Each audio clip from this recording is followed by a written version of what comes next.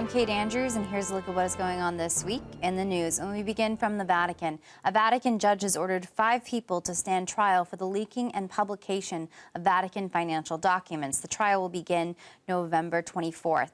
Monsignor Lucio Angel Vallejo Balda, Secretary for the Economic Affairs of the Holy See, along with his personal assistant and a member of a former Pontifical Economic Commission, are accused of committing several illegal acts of divulging documents of the Holy See.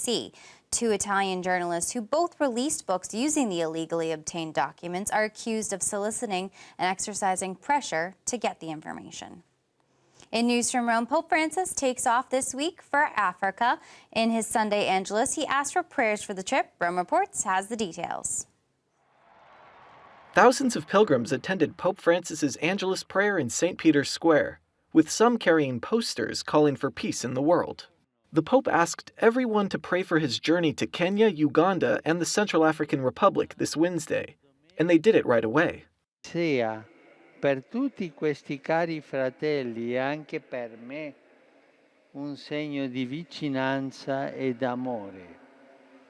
Chiediamo insieme alla Madonna di benedire queste care terre affinché ci sia lì la pace e la prosperità. The Pope also reflected on the Feast of Christ the King, which was celebrated on Sunday.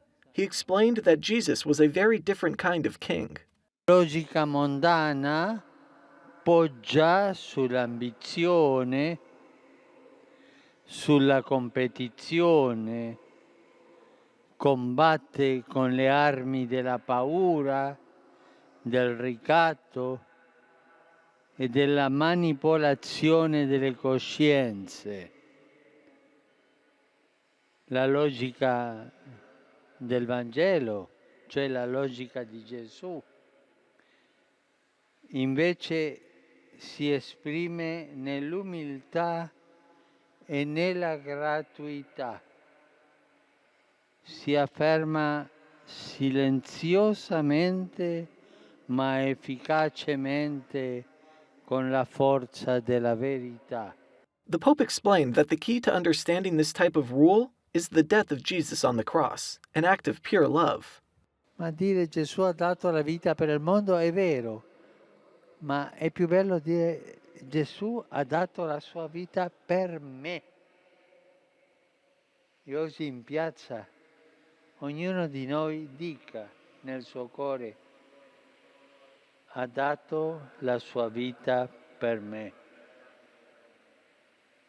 per poter salvare ognuno di noi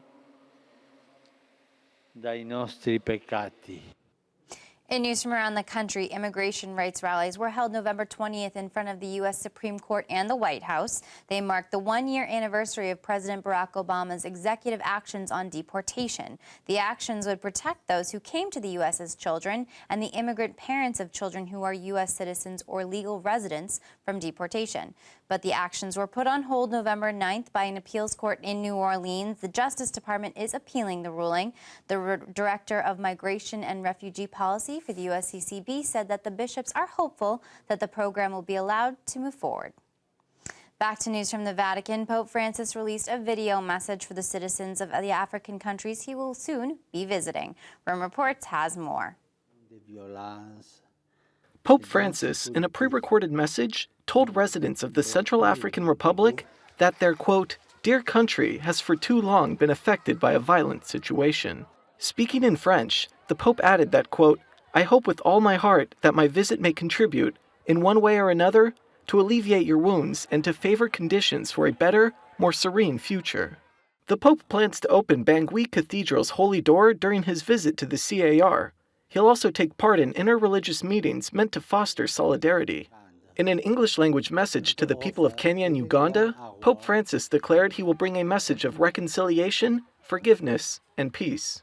We are living at a time when religious believers and persons of good will everywhere are called to foster mutual understanding and respect, and to support each other as members of our one human family. for all us are God's children. Pope Francis will begin his trip to Africa and Kenya on November 25th. He will arrive in Uganda on the 27th and the Central African Republic on the 29th. And finally in the news, the Vatican's Christmas stamps have gone on sale. This year's design features a 15th century manuscript illumination of the Holy Family. Seen in the image is Mary and Joseph praying over the baby Jesus as angels sing above. The work is from the Vatican Library. The stamps are available in 2 denominations. The Vatican Post Office is also offering a collector's booklet.